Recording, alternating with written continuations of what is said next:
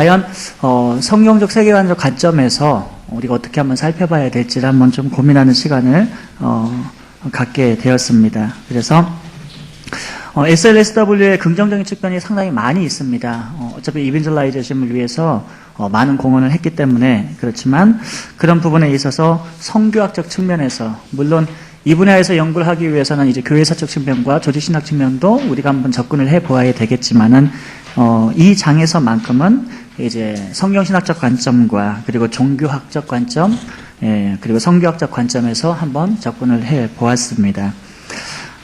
서론부터 제가 짧게 읽어가면서 말씀을 드리겠습니다. 교회 성장학파가 제기한 영적 주제는 전쟁의 주제는 오늘날 신사도운동이라는 새로운 명칭으로 교파를 초월해서 전 세계 일부 교회 지도자로부터 각광을 받고 있습니다. 20세기 후반부터 흥미롭게 갱신된 영적 존재에 대한 관심을 신사도 운동가들은 사도직의 부활을 경종으로 은사주의 운동을 계승하여 인간 세계에 영향을 끼치는 사단의 존재와 마귀의 능력을 강조했고, 교회는 그 영향을 받아서 선교를 위해 악한 영적 전쟁과 맞서 싸워야 한다는 가르침을 자연스럽게 받아들이기 시작했습니다. 70년대 이후에 굉장히 관심이 증폭이 됐는데 90년대에 존 윈버의 제3의 물결 운동으로 더욱 확산이 되었고, 이런 흐름에 따라서 많은 학자들이 피터 와그너, 톰 화이트, 존 도슨, 프랭크 페레티, 조지 오티스, 찰스 크래프트 이외에 신디 제이콥스 외에 또 많은 그러한 운동가들이 나타났습니다. 하지만 이들이 주장하는 영적 전쟁에 관한 내용은 다소 성경적 가르침이나 세계관과 충돌한다는 데 문제가 있습니다. 소위 능력 대결로서의 영적 전쟁의 사상은 구약 성경에서 고대 근동 지역이나 또 오늘날에도 애니미즘이 현저히 나타나는 지역에서 이교적인 세계관으로서 각 지역의 정통 신앙관과 매우 흡사하기 때문입니다. 따라서 본 논문은 영적 전쟁에 관한 신학적 쟁점들을 밝히고 그들이 주장하는 신앙적인 신념과 실천이 과연 성경적 관점에서 바른 것인가를 개혁주의 입장에서 평가하고자 합니다. 먼저 제가 영적 전쟁에 관한 다양한 견해를 밝힌 이유는 우리 개혁 진영, 복음주의 진영 안에서조차 학자들마다 좀 강조하는 부분들이 조금 다른데 그 안에서 어떻게 피터 와그너와 레베카 그린우드가 이쪽 방향으로 SLSW로 진행이 되었는지를 좀 살펴보고자 했습니다.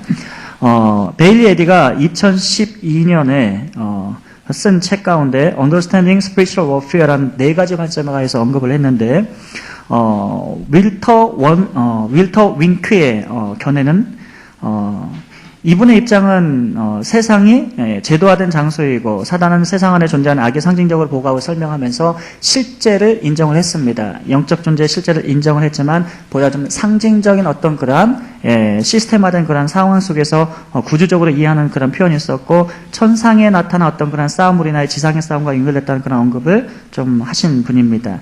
둘째로 데이비 폴리슨의 견해가 있는데 많은 분들이 우리 전통적인 어떤 그러한 보수적인 그러한 교단에서는 폴리슨의 견해를 많이 따르고 있는 그런 상황입니다. 특별히 이분의 견해는 죄를 굉장히 많이 관심 있게 그 영적 전쟁의 터로 인간의 내면 세계를 많이 강조했던 분 중에 하나입니다.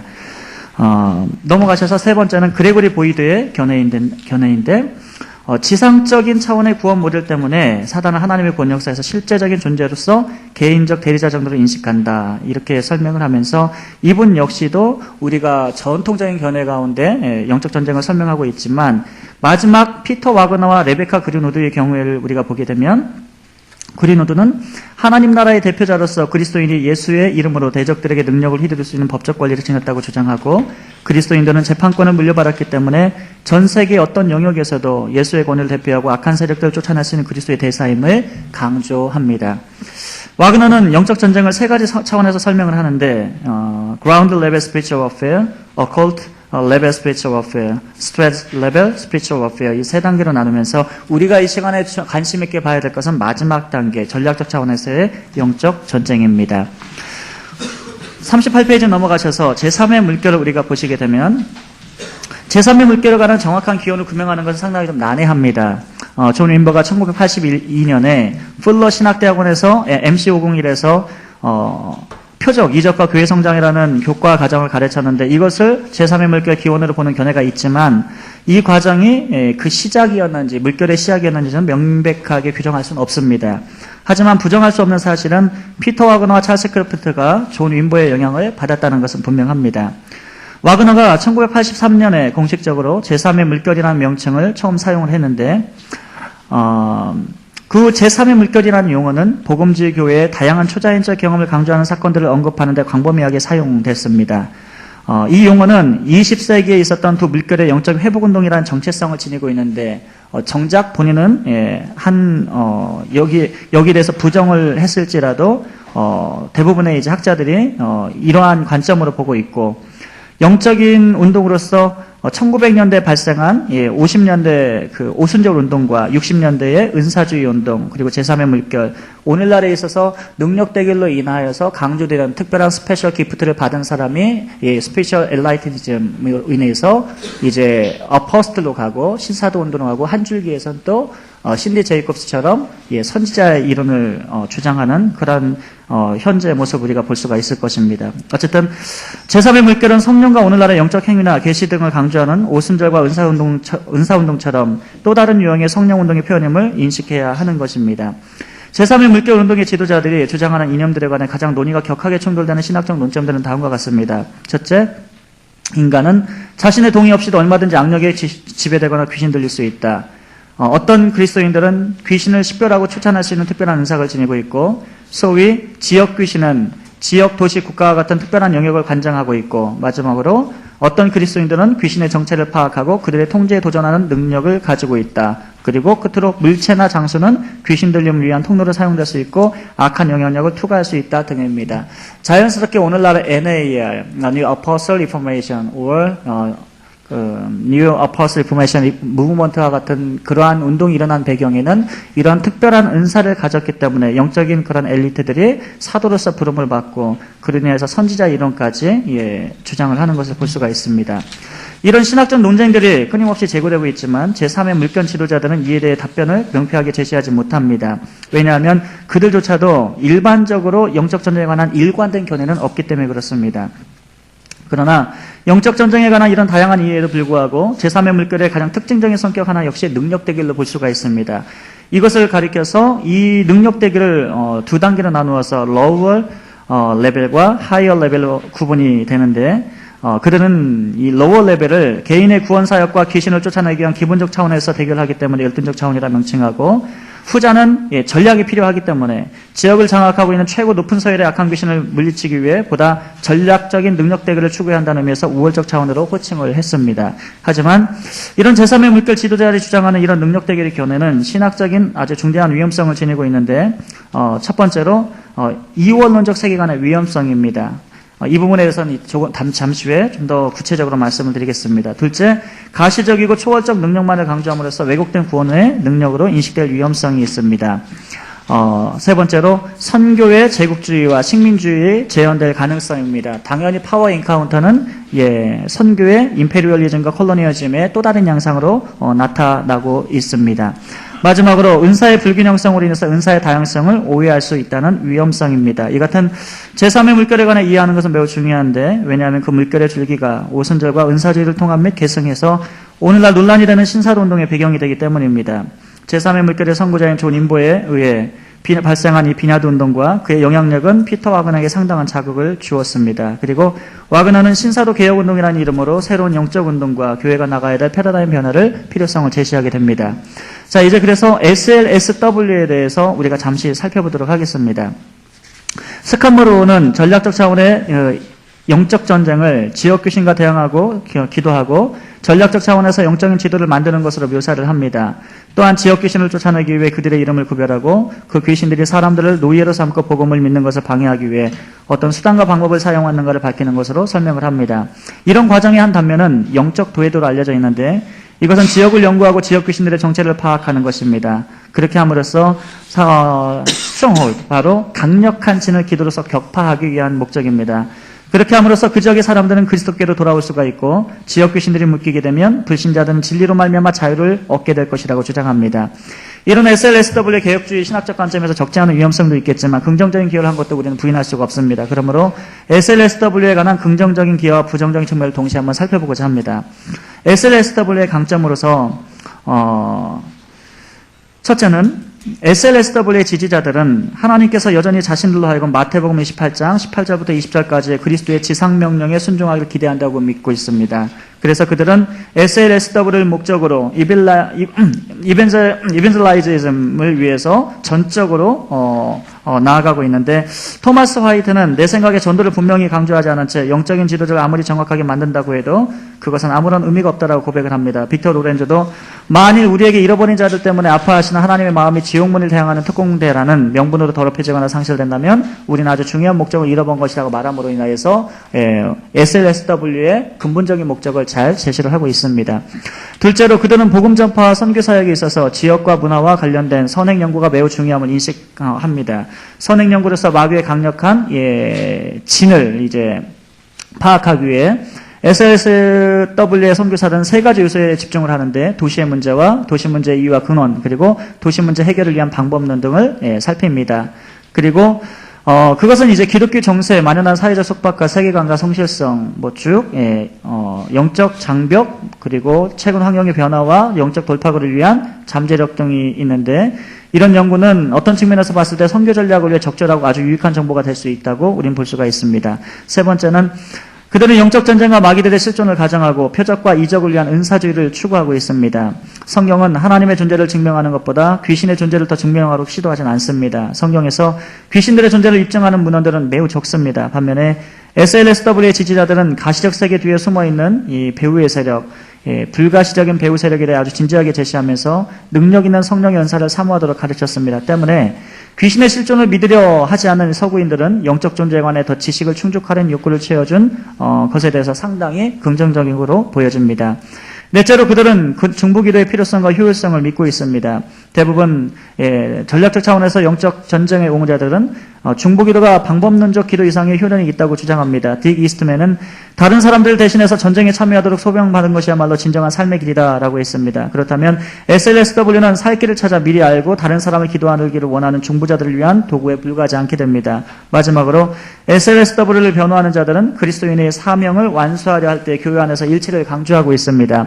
분열은 하나님의 군대를 약화시킨다는 이해 때문에 그들은 경쟁보다는 상호 협력을 추구합니다. 그래서 그들은 공동의 적을 대적과 전쟁을 치르기 위해 힘을 합해 전쟁에 임해야 한다라고 말을 합니다. 그렇다면 영적 전쟁에 이러한 장점에도 불구하고 약점은 디메리트는 무엇인지 살펴보도록 하겠습니다. 첫 번째는 상황 중심의 본문 해석입니다. 성경 해석학에서 성경 본문은 보편적 타당성을 입증받아야만 합니다. 그런데 성경 본문은 다른 상황 속에서 처한 독자들에 의해 다양한 성경 해석의 방법에 의해 그 의미를 달리해왔음을 부인할 수가 없습니다. 저스틴 유풍은 자문화적 성경 해석학을 정의하면서 의식적으로 성경 해석자가 분명한 의도를 지니고 성경 본문을 자민족의 사회문화적 관점으로 해석하는 접근 방법이라고 설명을 합니다. 이런 문화적이고 상황 중심의 본문 해석은 성경 해석학에서 매우 중대한 오류로 논의되고 있습니다. 무엇보다도 SLSW의 가장 큰 약점은 성경이 SLSW 방법의 정당성과 정확성을 명확하게 제공하지 않는다는 데 있습니다. SLSW의 성경 해석학이 성경의 역사적 본문보다 문화적 상황으로부터 출발한다는 주장은 SLSW 일부 신학자들의 자의적 해석으로 인해 더욱 지지를 받고 있습니다. 예를 들어서 다니엘서 10장 13절부터 20절은 지역 귀신론을 정당하기 위해서 SLSW 신학자들이 자주 언급하는 대표적인 성경 본문입니다. 그런데 바사 왕국의 군주가 20일 동안 나를 막았으므로 내가 거기 바사 왕국의 왕들과 함께 머물러 있더니 거기 높은 군주 중 하나인 미가엘이 와서 나를 도와주므로 이제 내가 마지막 날에 내 백성이 당한 일을 내게 깨닫게 하러 왔노라. 이는 이 환상이 오랜 후에 이름이니라 하더라. 그가 이르되 내가 어찌하여 내게 왔는지 내가 아느냐. 이제 내가 돌아가서 바사 군주와 싸우려니와 내가 나간 후에는 헬라 군주가 이를 것이라. 이상의 본문은 다니엘이 3주 동안 금식 기도를 드릴 때에 천사가 현현하여 다니엘의 기도에 응답한 내용입니다. 여기서 주목해야 될 문제는 두 가지입니다. 먼저 여러분에게 좀 죄송하다고 말씀드리고 싶은 것은 이 바이블웍스 8에서 페이스트를 해가지고 붙이는 과정에서 저절로 이게 순서가 뒤바뀌었습니다. 히브리어가 양지해 주시길 바랍니다. 첫째, 바사 왕국의 군주가 과연 지역 귀신을 의미하는 것인가의 질문입니다. 일부 학자들은 천사가 21일간 바사 왕국의 군주, 즉 페르시아를 지역을 장악하고 있는 귀신들로 인해 천사의 발이 묶였다고 주장을 합니다.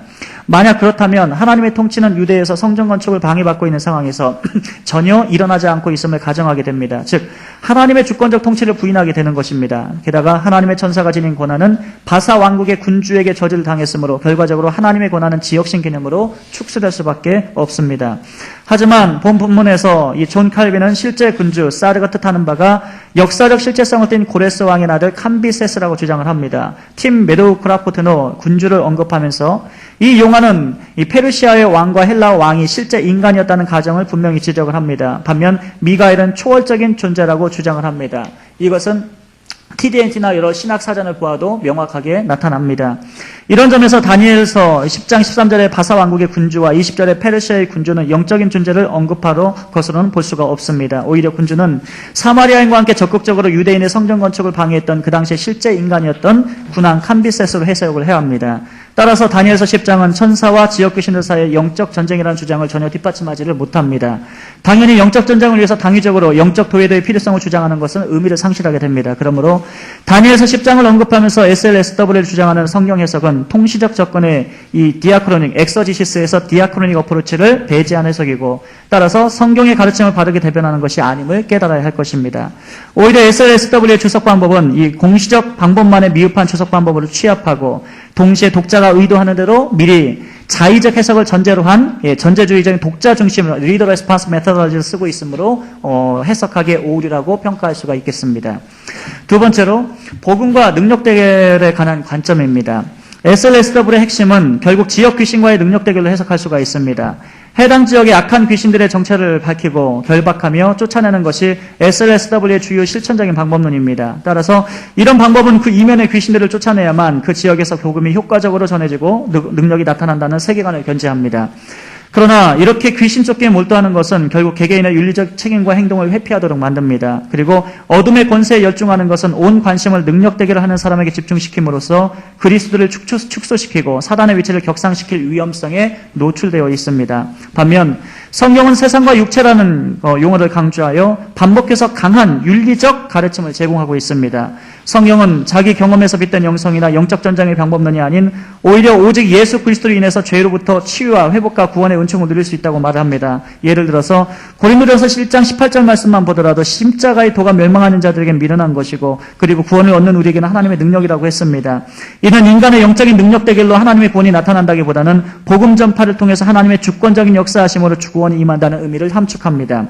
이런 점에서 기독교는 능력 대결의 종교 그 이상을 의미합니다. 기독교는 진리로 말미암아 구원을 얻는 종교이고 다시 말해서 성경은 능력 대결로 귀신을 결박하고 귀신을 쫓아내는 것 이상으로 하나님을 아는 지식과 죄인을 향한 하나님의 놀라운 구원 계획을 강조하고 있습니다.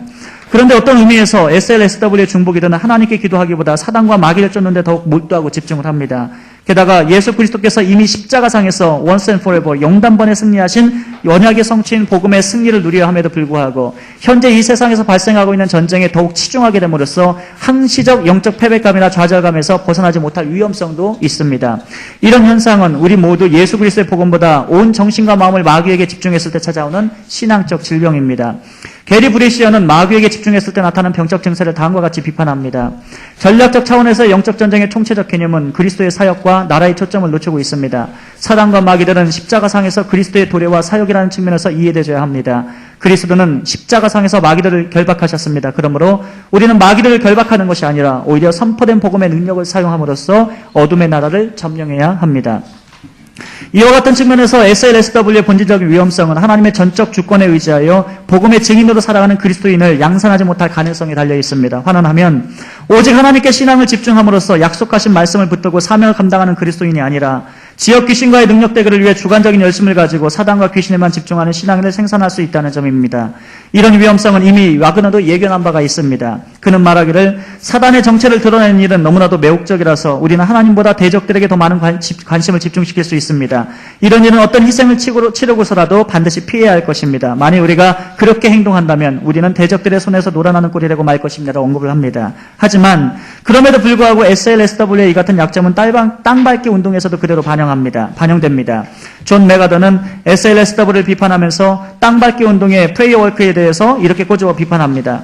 어떻게 우리 그리스도인이 우리 이웃에 대해 이겨야 한다는 말인가? 그리스도께서 버가모의 그리스도인들에게 길거리를 돌아다니면서 예수의 이름으로 나는 사단을 꾸짖노라 하고 대응하라며 교훈하셨는가?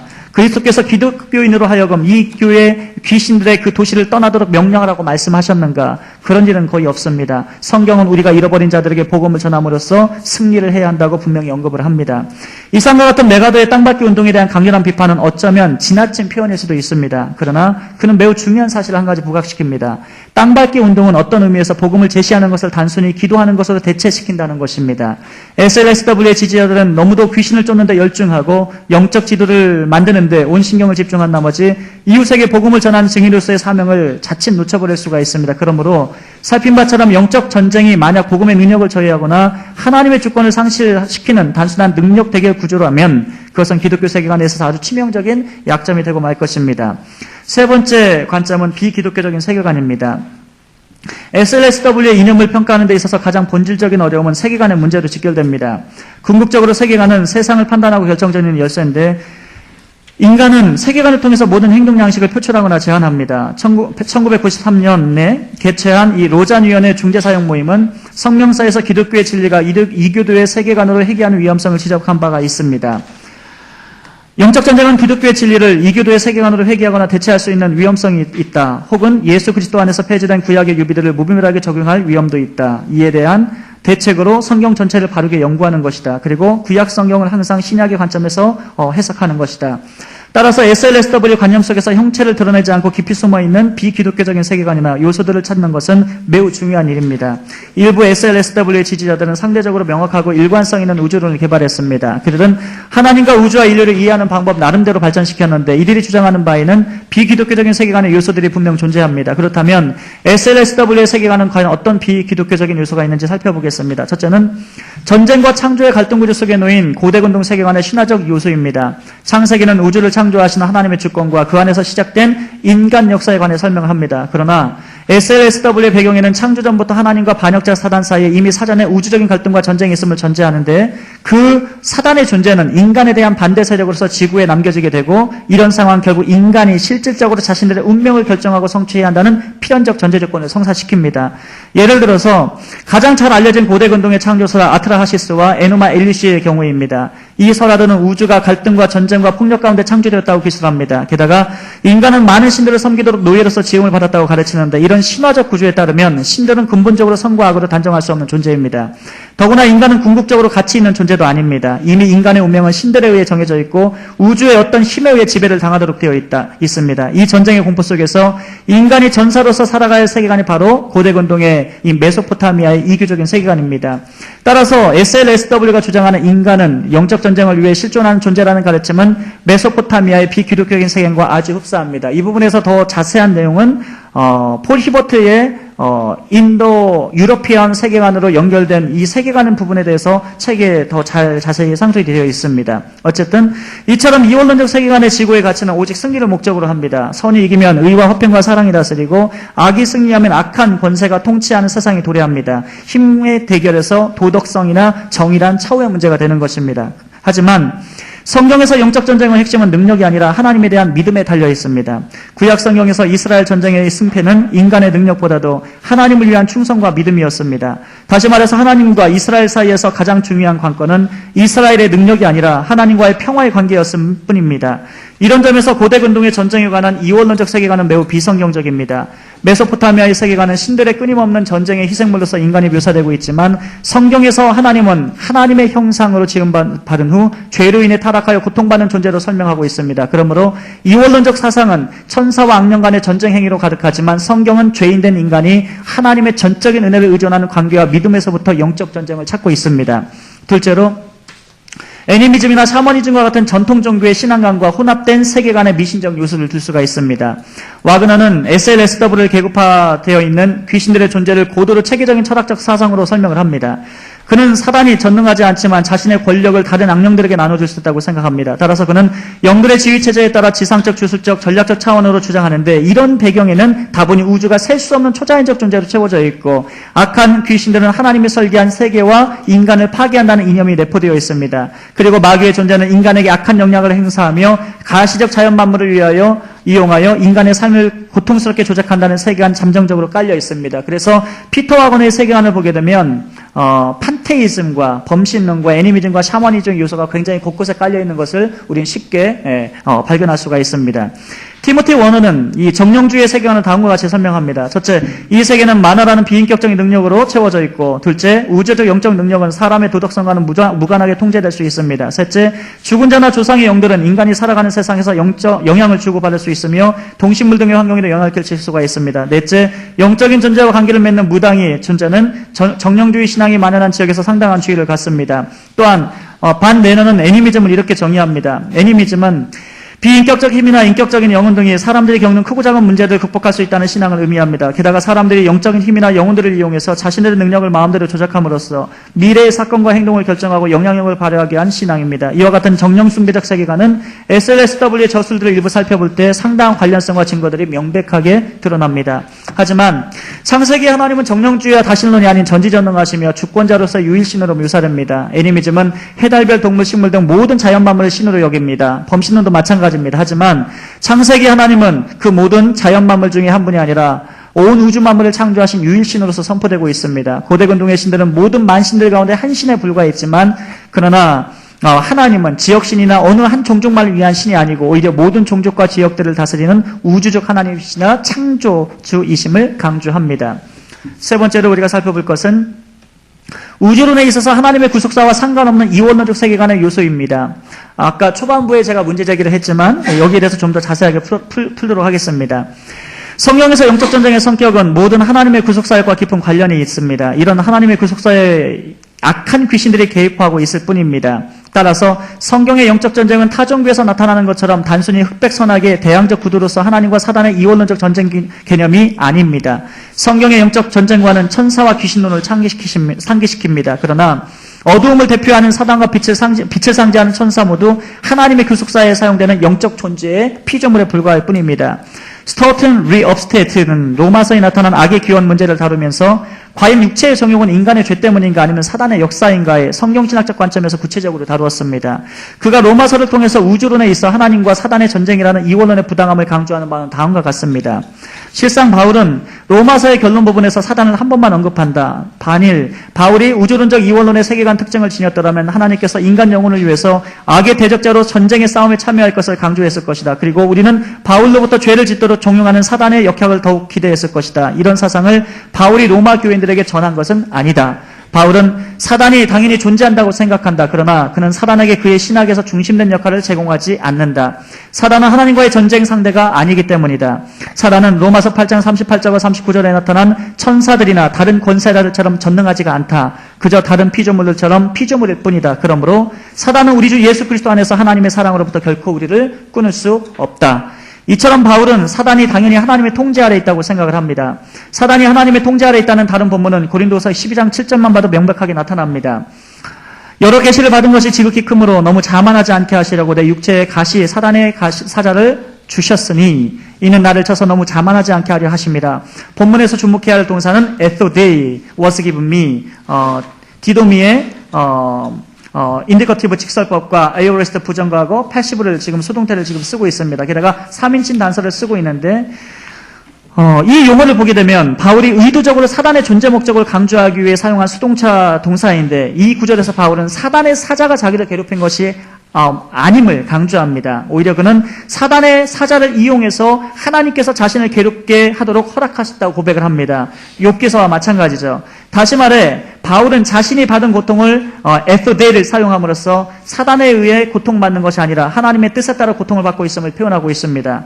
그렇게 함으로써 그는 더욱 하나님의 주권을 강조하고 있는 것입니다.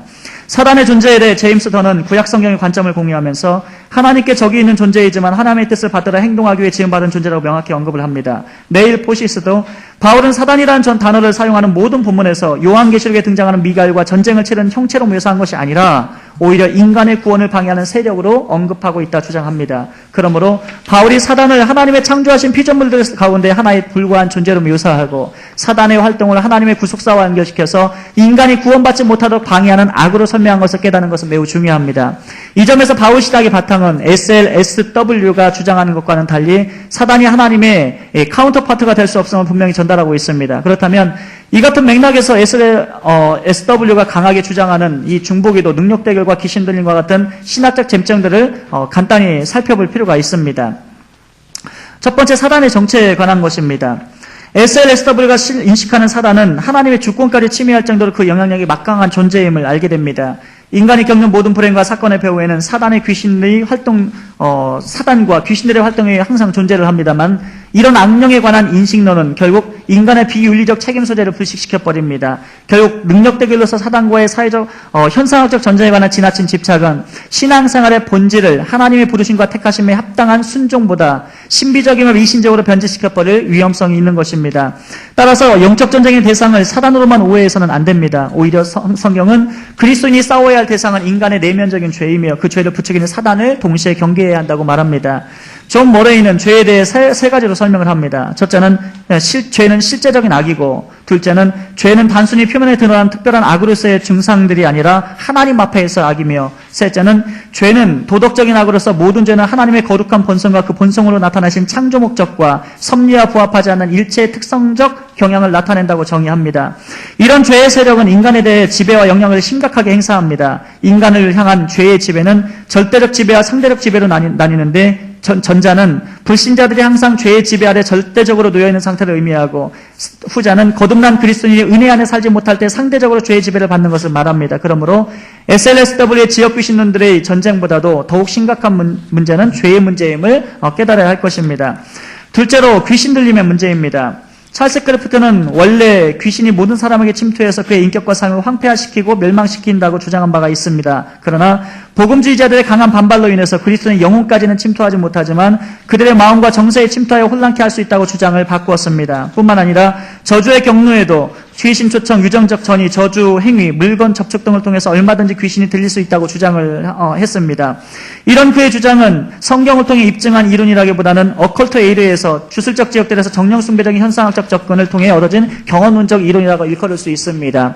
하지만 접촉에 관한 이 부분은 그냥 넘어가도록 하겠습니다. 이 부분에 대한 영향으로 인하여서 마지막 이 지오그래피컬 로케이션 개념이 또 동시에 발전을 했기 때문에 세 번째로 넘어가도록 하겠습니다. 지니얼로지컬 어떤 그러한 트랜스미션 개념은 가계의 어떤 그러한 유전적 통해서 이 마귀 들림이라는 개념은 이미 많은 분들이 논의를 하셨기 때문에 넘어가겠습니다. 세 번째, 땅밟기와 귀신 축사 문제입니다. 찰스 크래프트는 오늘날 성도의 교회가 강력한 귀신 쫓기 운동을 펼쳐서 이 땅에 하나님의 나라가 속히 회복되도록 앞장서야 한다고 주장을 합니다. 이에 대해 데이빗 폴리스는 그리스도인은 회개, 믿음, 순종으로 영적 전쟁에 임해야 한다. 전통적인 목회 신학자들은 악의 세력으로부터 벗어나기 위해 악령을 쫓아낼 목적으로 전도성화 보호를 구한 것이 아니다 반박을 했습니다. 넘어가서 김성태 교수님이 이 부분에 대해서 교인을 말씀으로 목양하고 전도 프로그램을 개발해서 인격적인 교회 성장과 헌신된 그리스도의 배양의 중요함을 강조를 했습니다. 그런데 다음 패러그래프 넘어가셔서 SLSW는 땅밟기와 귀신 축사를 위해서 주로 중보기도, 대적기도, 동일시 회개기도와 같은 자기 주권적 기도에 열중하는 인상을 갖게 만듭니다. 정희철은 쭉 넘어가셔서 김세윤은 영적 전쟁에 관해 논의하면서, 김세윤 박사님은 영적 전쟁에 논의하면서 귀신을 쫓아내는 대결 방식의 선교 방법이 아니라 전통적인 하나님의 복음 전파 방식으로 선교할 것을 재차 권유를 합니다. 그는 예수 그리스도가 몸소 보여주신 방법으로 그리스도인이 영적 전쟁에서 승리할 것을 다음과 같이 당부합니다. 신약의 모든 책들이 다 이런 영적 전쟁을 가르친다고 할 수 있지만 그 중에서도 전쟁 언어를 가장 절실하게 사용하며 영적 전쟁을 말하는 것은 요한계시록이다. 이 책은 교회를 유다의 사자 메시아적 다윗의 메시아 예수가 소집한 12사단 14만 4천 명의 군대라 한다. 그리하여 용짐승, 거짓 선지자라는 사단의 삼위일체에 맞서 거룩한 전쟁을 처참히 치르는 것을 묘사하고 있다. 그 책은 사단의 나라에 대항해서 하나님의 나라가 어떻게 승리하는가, 교회가 그리스도의 군대로 그 전쟁에 어떻게 참여해서 하나님의 나라의 승리가 이루어지도록 해야 하는 것을 가르치고 있다. 그런데 요한계시록은 아시아 7교회들에 보내진 하나의 순회 서신이다. 아르테미스 여신이 신전이 있는 에베소 교회에도 보냈고 사단의 왕자가 있는 버가마 교회에도 보냈다. 하지만 그 책 어디에도 그 신전들 주위를 땅밟기를 하고 축사를 하는 식으로 영적 전쟁에서 승리하라는 말은 없다. 도리어 요한계시록은 희생당한 어린 양의 방법으로, 즉 순교를 무릅쓴 자기 희생의 정신으로 하나님 나라의 복음을 선포하여 사단의 죄와 죽음의 통치를 이기라고 가르치고 있다. 이상 판단해 보건대 이 땅에서 그리스도인은 오직 하나님의 주권을 인정하고 말씀에 따라 믿음으로 순종하는 제자도의 방식이 진정한 영적 전쟁임을 알 수가 있습니다. 교회는 영적 전쟁의 개념을 사단의 나라의 능력으로 대항해서 땅밟기나 귀신 축출 등으로 축소시키지는 말아야 할 것입니다. 오히려 예수 그리스도께서 하나님의 언약에 따라 죽기까지 순종하시고 희생하셔서 하나님의 주권과 통치가 드러난 것처럼 교회는 하나님의 계획하신 뜻에 따라 그리스도의 재림 때까지 성령의 역사하심에 따라 오직 복음을 전하는 데 사명을 다해야 할 것입니다. 능력 대결은 복음이 증거되고 하나님의 통치가 드러날 때 필요에 주권적으로 역사하시는 하나님의 의지입니다. 따라서 영적 전쟁터는 죄의 역사가 일어나는 인간 삶의 서전임을 기억하고 순간순간 도덕적 판단과 윤리적 선택의 길목에서 하나님의 통치를 받아 믿음으로 순종하는 삶을 살아가야 할 것입니다. 하나님의 통치에 따른 그런 순종의 삶이야말로 예수께서 명령하신 하나님의 사랑과 이웃사랑의 두 가지 계명, 지상대명령을 바르게 실천할 수 있기 때문입니다. 결론은 마지막으로 58페이지의 끝으로 그러므로부터 읽겠습니다. 그러므로 진정한 선교는 능력 대결로서 지역 귀신이나 싸우거나 중보자의 위치에서 신비적인 전쟁에 참여하는 개인의 전쟁이나 이 땅에서 전쟁으로 국한시키지 말아야 할 것입니다. 개혁주의 선교는 오직 성경의 권위를 기저로 하여 하나님의 선교의 주권자가 되어 하나님의 계획을 성취하시는 하나님의 선교가 되어야 할 것입니다. 따라서 이 시대의 그리스도인들은 하나님의 말씀을 믿고 오직 복음을 전파하며 하나님의 이중계명을 실천해야 할 것입니다. 하나님의 약속을 믿고 죽기까지 십자가에서 순종하신 어린 양처럼 하나님의 거룩한 통치를 위해 십자가의 희생정신과 하나님의 주권을 믿고 복음을 선포하며 충성스럽게 순종하는 개혁주의 선교가 되어야 할 것입니다. 예. 이상입니다. 아주 시간을 잘 지켜주시고 아주 적절하게 잘 요약을 해주셔서 감사합니다. 자, 서울신대 황덕형 박사님 제1논평 해주시겠습니다. 먼저 이렇게 귀한 또 논문을 잘 발표해 주시고 또 논문에 대하여 평가할 수 있는 기회를 주신 것을 감사합니다.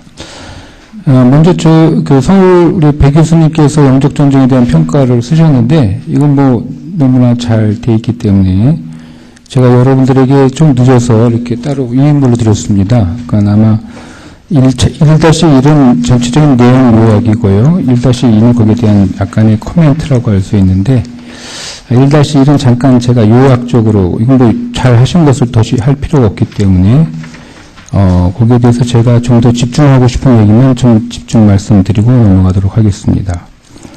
보니까 그러니까 영적 전쟁과 제3의 물결이라는 건 제1, 2차와 달리 결국은 어떤 영적 전쟁이 그러니까 이제 제가 1-1을 드린 것의 이제 중간 부분쯤 됩니다. 그러니까 이제 특히 와그너는 이 영적 전쟁을 세 가지 차원을 이용하면서 궁극적으로 마치 전쟁에 나간 군인들이 전략적인 관점에서 전투에 임해하는 것처럼 그런 전략적인 차원에서 전적 전투에 임해야 된다는 설명이 이 제3의 영적 전투인 것 같습니다. 그러니까 지역 귀신을 인정하고 그 지역 귀신을 묶기 위해서 중보 기도를 통해 가지고 지역을 장악한 사탄의 세력을 추방하고 나면 복음이 열릴 수 있다. 이렇게 얘기하는 것 같습니다. 이런 영적 전쟁에 대하여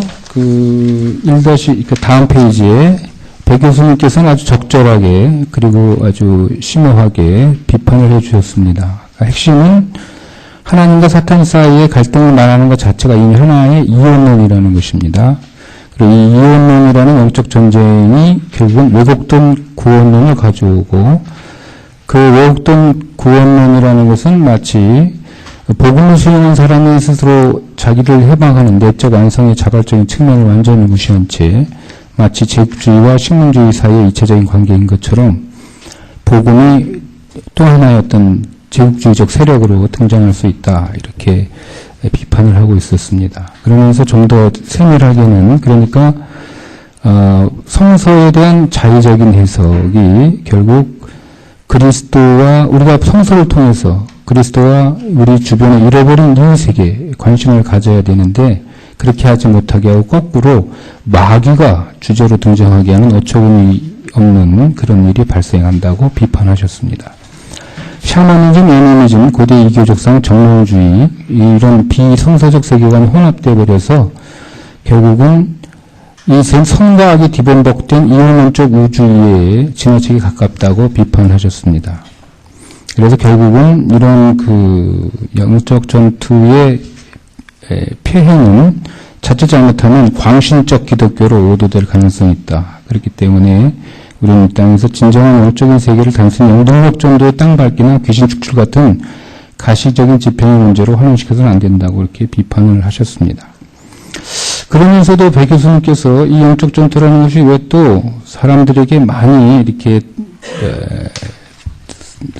많이 회자되었냐면은 첫째, 이 사람들이 순수한 마음으로 성교를 완수하라는 지상대명령에 순종하는 것처럼 보였기 때문이라는 것입니다. 그리고 영적 실체에 대한 각성을 일으켰기 때문이라는 것입니다. 세 번째로 성교 전략이 요청된다는 것을 알고 있었다. 그리고 중보기도의 효용을 믿고 있었다는 것. 마지막으로 교회가 교리적 차이를 버리고 사탄 앞에서 전략적으로 일치를 해야 되기 때문에 교회의 일치를 주장하는 것처럼 보였기 때문에 그랬다. 이렇게 말씀하셨습니다. 이런 두 내용을 보면서 저는 한마디로 말해서 그러니까 이제 문제가 있습니다. 뭐냐면 이 영적 전투라는 것이 경계선의 현상이라는 것입니다. 그러니까 이 영적 전투를 주장하는 사람들이 예수 그리스도의 보혈을 주장하지 않고 그리스도로 말미암아 구원받는다 이런 거 주장하지 않으면서 영적 전투한다. 그러면은 문제가 뭐 말할 것도 없겠죠.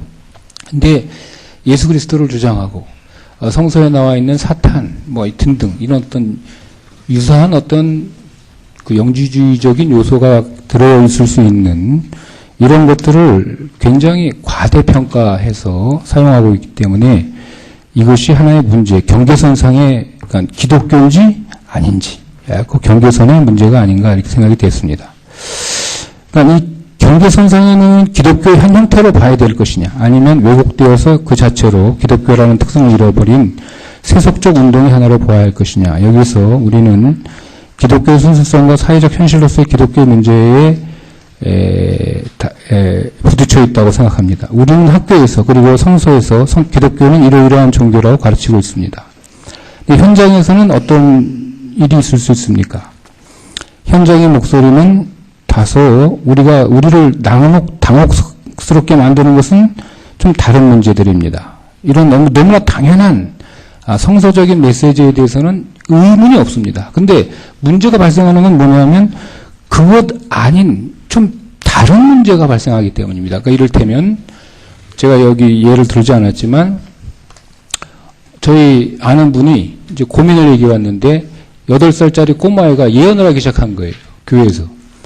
목사님이 그 예언을 시키지 말아야 됩니까? 해야 됩니까? 뭐 이런 문제예요. 이를테면. 이런 문제들이 이제 발생하는 것이고, 그러니까 그런 어떤 기도회부터 시작해서 신비주의 집회, 거기서 일어나는 각종 어떤 이상한 문제들, 그러니까 거기서도 이런 간증들도 많이 들었습니다. 뭐 기도에 참석하는 가운데 환상을 봤는데 뭐 자기 아버지에게 성령이 임하니까 동시에 아버지의 마음이 녹아져가지고 예수를 믿게 됐다. 뭐 기타 등등. 하여튼 이런 우리가 알 수 없는 다 성서적으로 우리 성서자에서는 너무나 다명한데 현실에서는 다른 일들이 일어나는 것 같은 그런 것들이 이제 이게 문제라는 것이죠. 근데 성경 안에도 내가 보니까 그런 것이 있습니다. 사실은 성서의 모든 것이 다 명료한 것이 아닙니다. 어두운 부분도 있습니다. 예를 들어서 여러분도 아는 것처럼 사울이 죽은 사무엘을 찾아갑니다. 사무엘이 일어납니다.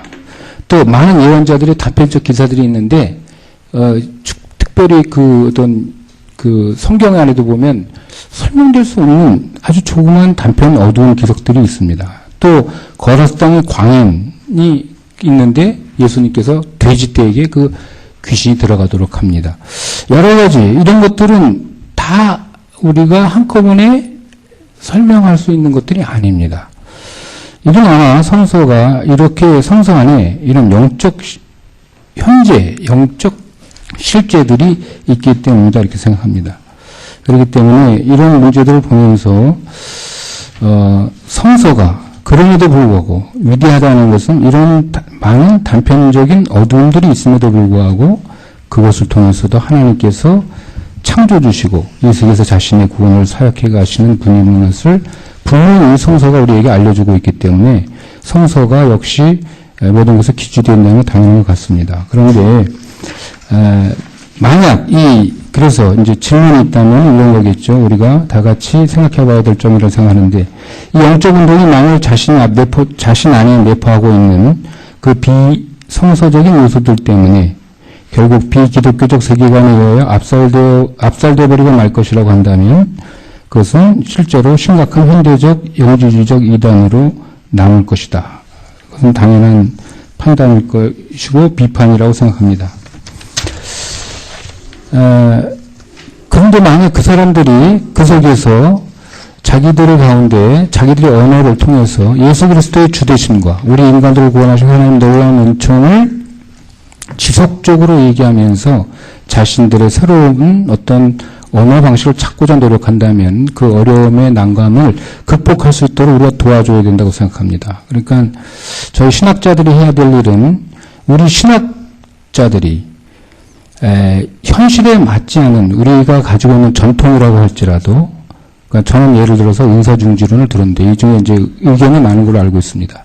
이를테면 어떤 다른 의론을 가지고 그들의 영적 활동을 제지하려 한다는 것은 오히려 그들을 압살시킬 뿐입니다. 그들을 고치지 못하게 하고 그들을 더 위험으로 몰고 갈 필요가 있다. 그렇기 때문에 우리는 우리 자신 안에서 그들의 현실을 받아들일 수 있는 길을 찾아 그들이 바뀌도록 노력해야 될 것이고, 또 그들은 자신들이 모든 선의에도 불구하고 그들의 영적 전투의 이해가 비성서적인 영지주의적 이원론의 위험이 있다는 것을 깨닫고 속히 자기 자신이 고치고 성서적인 언어 가운데 돌아올 수 있는, 그리고 예수 그리스도의 주되심과 그리스도의 구속으로 말미암아 우리가 구원받는다는 그 올바른 복음으로 돌아오는 우리를 더 이렇게 할 수 있도록 우리가 도와줘야 되지 않겠습니까? 그렇게 돼야 이것을 하나의 어떤 경계선의 운동으로 경계선에 놓여 있는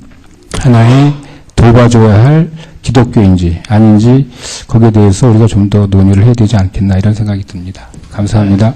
감사합니다. 이어서 제2논평으로 대신대학교 양신혜 박사님 말씀해 주세요. 먼저 환영하시죠. 그 대신대학교, 그러니까 대구에서 오신 거예요? 예. 네. 아이고, 멀리서 오셨는데. 네? 부산, 대구에서 여비들이 이랑 또 홍일점 교수님이셔서 너무 감사합니다. 안양에 있는 대신 아니에요? 그래서 제가 여쭤봤잖아요. 대구입니다. 대구? 그래도 멀리서. 아까 그 박수를 다시 쳐야 되는 거 아닙니까?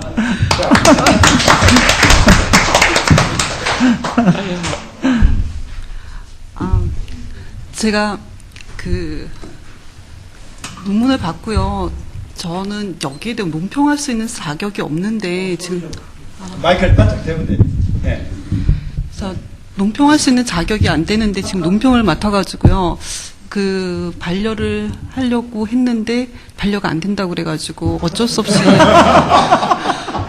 예, 제가 그 사실 선교에 대해서는 잘 모르겠습니다. 예, 그래서 선교에 대해서 잘 모르겠고, 그래서 우선은 근데 논문을 읽으면서 제가 느끼는 느낌을 조금 한번 몇 가지 적어봤습니다. 그래서 어떤 논평인데 그래도 뭔가 질문은 해야 될 것 같아가지고 한 4가지 정도 질문 사항을 좀 적어봤습니다. 앞에 내용을 정리하는 거는 이미 앞에 교수님께서도 저기 적절하게 잘 많이 해주셨고요. 그리고 우선은 제가 글을 읽으면서 영적 전쟁이라는 것에 대해서 그리고 선교적인 관점에서 우리가 봐야 될 것들이 어떤 것이 있는지 많이 배웠습니다. 그리고 이 어떤 의미에서는 영적 혼돈 시대에 기독교인들에게 있어서 영적인 운동에 대해서 한번 다시금 되새길 수 있는 시간을 허락해 주셔서 감사드리고요. 그리고 제가 이 글을 읽으면서 그래도 논평자로서 임무를 수행하기 위해서 몇 가지 그 질문과 더불어서 제 생각을 한번 적어봤습니다. 우선 글을 읽으면서 그 선교학적 그 베이스가 없는 사람들이 읽었을 때 구조적으로 너무 방만하다는 느낌이 들었습니다. 실천 신학에 대한 학문적 소양이 부족해서 그렇게 느꼈을 수도 있을 거라는 생각이 듭니다. 그리고 다양한 영적 전쟁에 대해서 서술을 하고, 그리고 나서 거기에 대해서 또 지금에 나오는 영적 전쟁의 특징을 설명하게 계시는데, 그러면은 저자가 필자가 가지고 있는 입장은 어느 부분에 들어가 있는지를 정확하게 명시해 주지 않는다 그러면은 도스란히 이거는 다 읽는 독자가 추천해서 모든 것을 선택해야 되기 때문에 글을 읽는 동안에도 이렇게 굉장한 부담감을 갖게 되더라고요. 그래서 필자가 생각하고 있는 지점은 어디인지를 명확하게 한번 짚어주신다 그러면은 글을 읽어 나가는 동안에도 이해하는 데 도움이 되지 않을까라는 생각이 들었습니다. 그리고 제3의 물결이라고 그래가지고 성령 운동을 얘기하시면서 오순절과 은사주의의 영적 운동에 대해서 이해와의 비교를 전제로서 서술하는 것이 아닐까 추측해 보았는데요. 이에 대한 언급이 구체적으로 언급이 되어 있지 않다 보니까 그러면은 이 제3의 영적 물결이라는 것이 오순절과는 어떤 차이가 있는 건지 아니면 그것을 계승한 것으로 그냥 동일선상으로 봐야 되는 것인지 조금 설명을 구체적으로 좀 해주셨으면 좋겠다라는 생각이 들었습니다. 그리고 두 번째 영적 정제과 관련해가지고 신학적 논지점이 지닌 위험성을 도입부에서 언급하신 후에 또 맨 뒤에 가가지고 또 다시 언급하면서 비판하는 형식을 취하게 되는데요. 그러다 보니까 반복되는 것이 굉장히 반복되고 있구나, 너무 반복되는 인상을 지울 수가 없었습니다. 그래서 오히려 이것을 둘을 하나로 묶어서 연결시키는 방법을 찾아서 논리적으로 구조적으로 연결을 시킨다 그러면 조금 간략하게 그리고 집중 있게 자신의 논지를 주장할 수 있지 않을까라는 생각을 해보았습니다. 그 다음에 필자는 와그너가 처음 사용한 제3의 물결에 대한 용어가 1900년대 오순절 운동과 그리고 1960년도에 은사주의 운동이 맥을 잇는 성령 운동으로서 특성을 함의하고 있다고 하였습니다.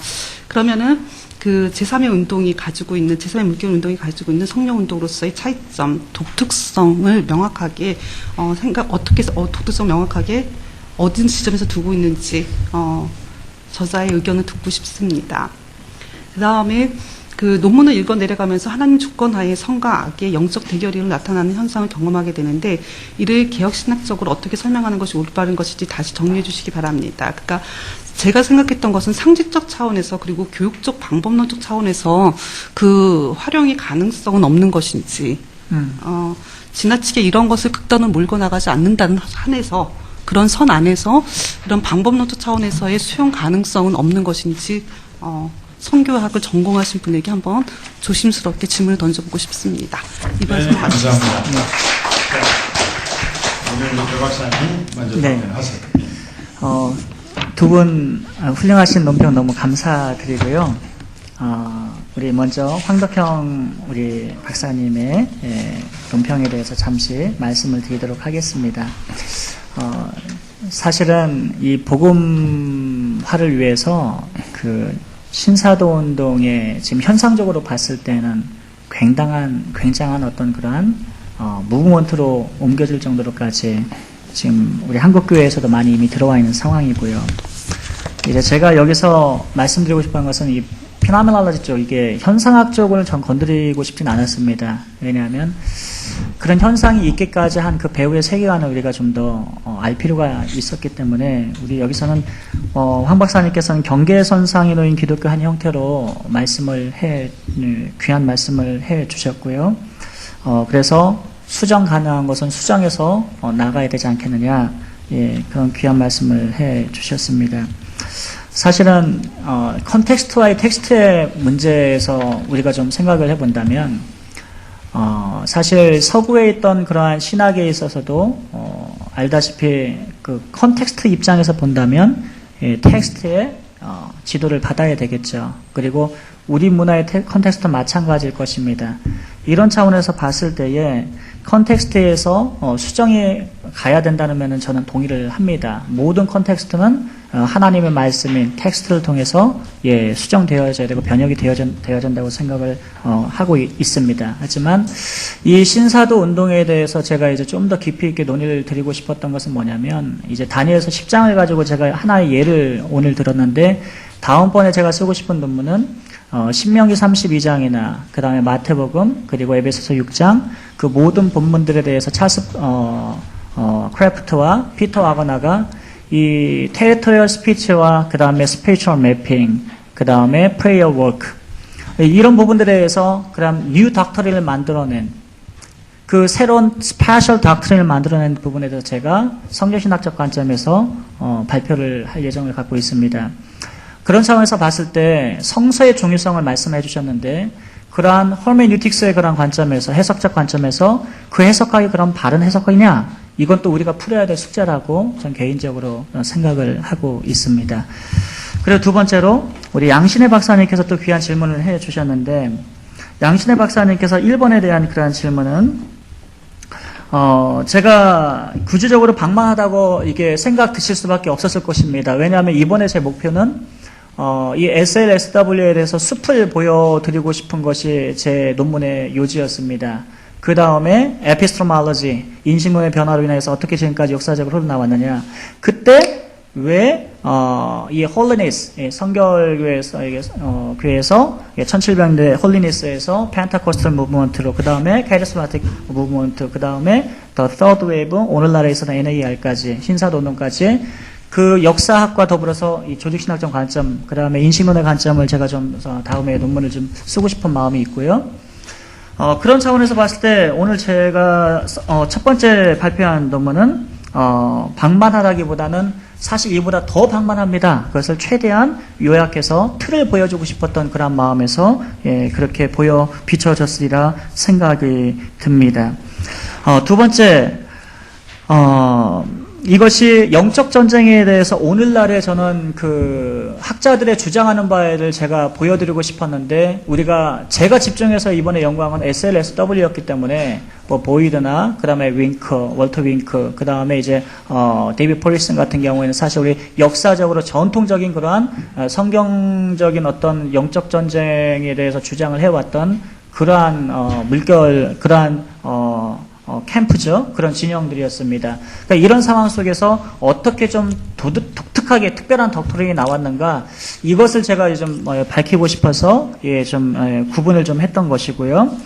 두 번째로 사실 이게 더 서드 웨이브는 그 주창자마다 그 어퍼넌트 지지자들마다 너무 색다른 그러한 것들이 좀 많아가지고 아주 예언적으로 가는 사람도 있고 막 아주 그런 정도라서 제 논문에서 그것은 묶어서 SLSW를 제가 좀 틀로 만들었다고 말씀드리고 싶습니다. 두 번째는 첫 번째 제가 이 능력 대결의 공통 분모를 제가 제너럴라이제이션 시킨 것이죠. 그리고 이 능력 대결로 인하여서 여러 이 공통 분모를 가지고 신사도라고 주장하는 사람, 뭐 예언자라고 주장하는 사람, 그다음에 신유 뭐 이런 뭐 넘어뜨리는 사람, 막 이런 게 많은 이제 영적 전쟁을 따르는 그러한 사람들이 나타나게 되는데 그러한 기본적인 공통 분모에서 어떻게 해서 마지막에 이러한 뉴 덕트린이 나왔는가를 제가 과정을 통해서 보여드리고 싶었던 것입니다. 그래서 다음번에 논문이 나온다면 하나에 집중을 해서 성경신학 분야 한 부분, 인신론적 부분 한 부분, 이런 식으로 조직신학 부분 한 부분. 어차피 우리가 아까도 말씀을 드렸지만 개인적으로 봤을 때 이 예언이라는 부분도 그렇습니다. 과연 우리가 뭐 은사중지론 무조건 없다라고 말씀드리는 건 아니고 사실은 리빌레이션에 관한 부분이겠죠. 이 정경론의 듀티 교수의 정경론을 우리가 보시게 되면 그 부분은 나중에 좀 따로 이제 제가 언급을 좀 드릴 텐데 그런 차원에서 봤을 때에 이것이 구조적으로 이게 비논리적으로 하려고 했던 것보다는 이러한 공통 분모에서 끌어내서 결과를 도출하고자 드리고 싶은 마음에서 이러한 구조를 제가 잡았습니다.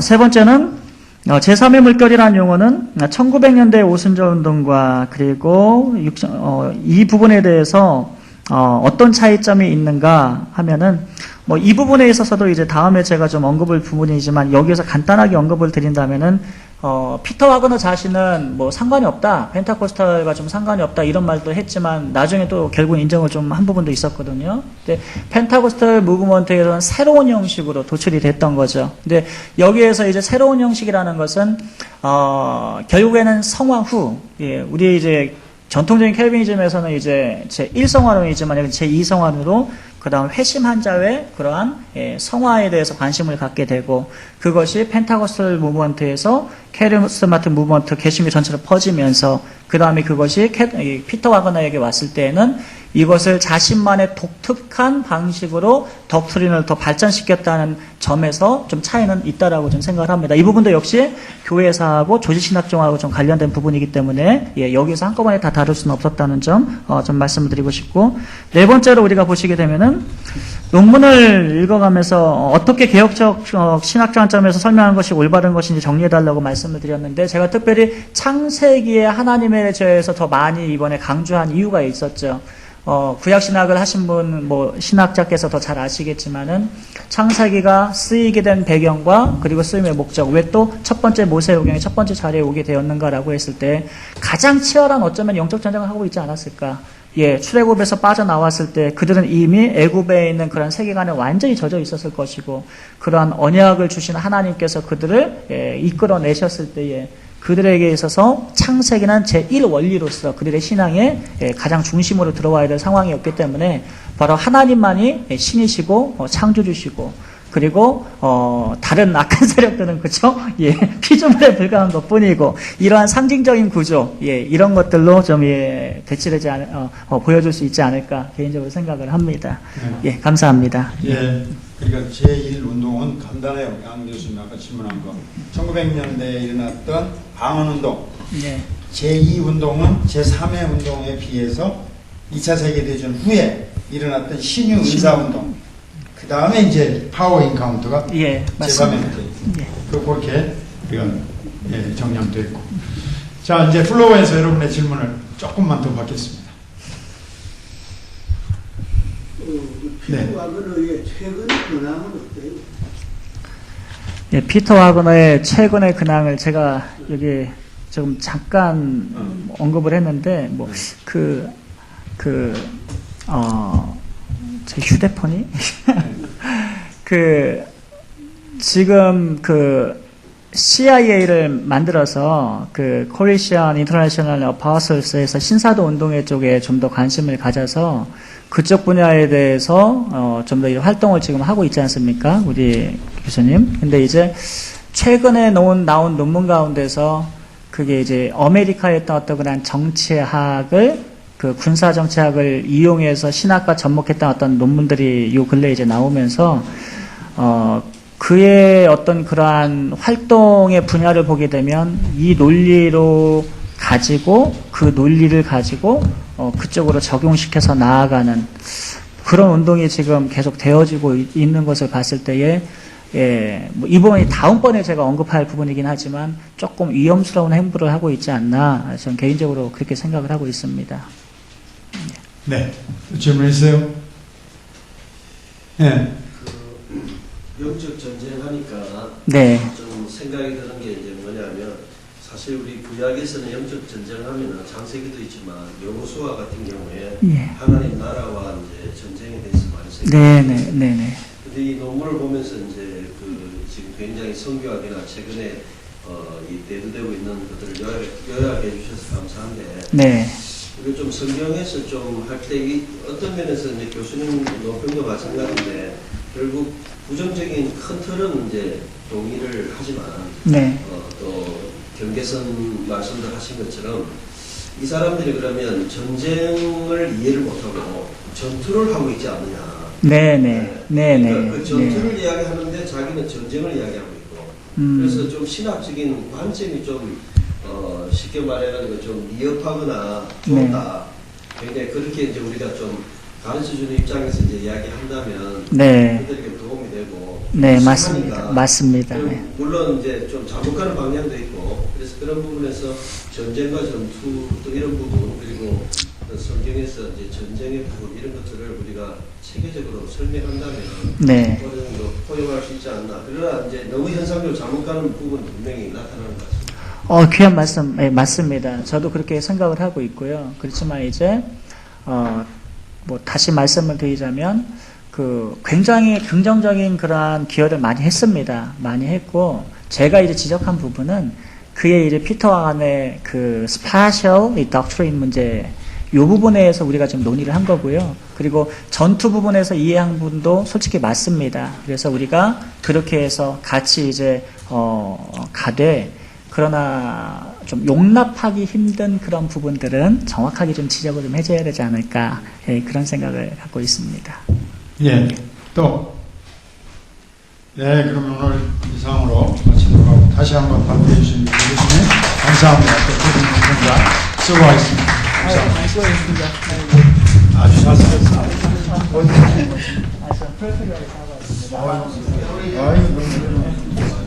네, 기대가 됩니다. 2편, 3편. 예, 수고하셨습니다. 나오셔서 총평 하시고 기도하고 마치도록 하겠습니다. 광고. 예, 그럼 제가 먼저 광고할게요. 우리 모이는데 우리 개혁신학회 모이는 것만 아니라 다른 것까지 광고하는 게 이제 제 책임이니까 그걸 말씀드립니다. 우선 다음 토요일 날 이제 큰 모임이 장로교신학회 모임입니다. 소문교회. 거기가 어디죠? 오륜교회 맞은편이니까 거기를 어디라고 그래요? 지리 네? 그쪽이죠. 그 고신 측에 준천도 고신 측의 소문교회에서 오후 2시부터 모입니다. 5시까지. 이번에는 토마스 선교사, 우리나라 최초의 선교사인 토마스 선교사에 대해서 노예의 박사학위를 하신 공우성 목사님을 비롯해서 네 분이 발제를 하고 우리가 초기 한국의 선교에 대해서 이야기를 합니다.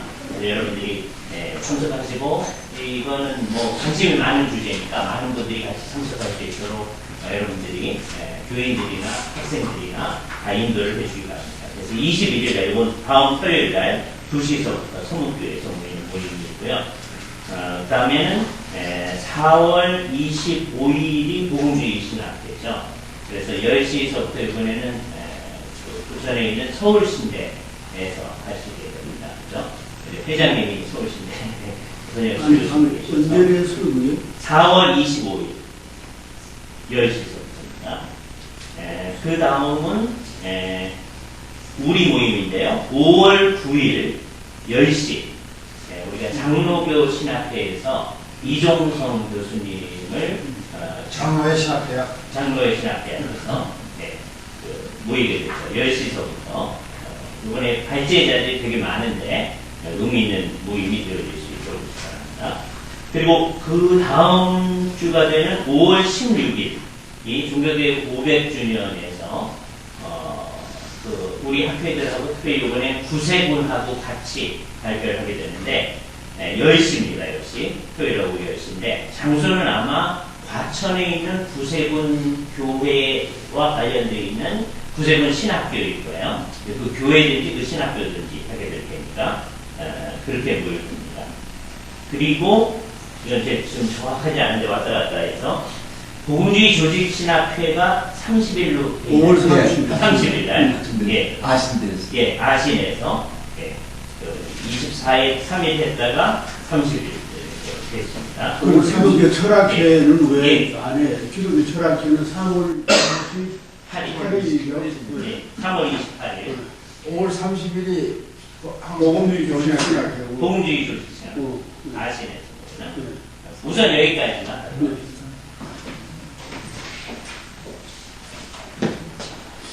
오늘 김대웅 박사 보니까 내가 휴스턴에서 만났는데 아주 너무나도 귀한 발표였고 새로운 접근이었고 얼마나 좋았다고 봤습니다. 그리고 배준석 박사님은 아주 좋은 학교가 되고 있는데 그러니까 개혁신학적으로 아주 너무나도 완벽한 그런 어떤 정리를 해 주었다는 뭐 하나 남을 할 것이 없을 정도로 착취하면서 그런 내가 하나 느끼는 것은 그래요. 한국형 박사도 그러한 접근을 했지만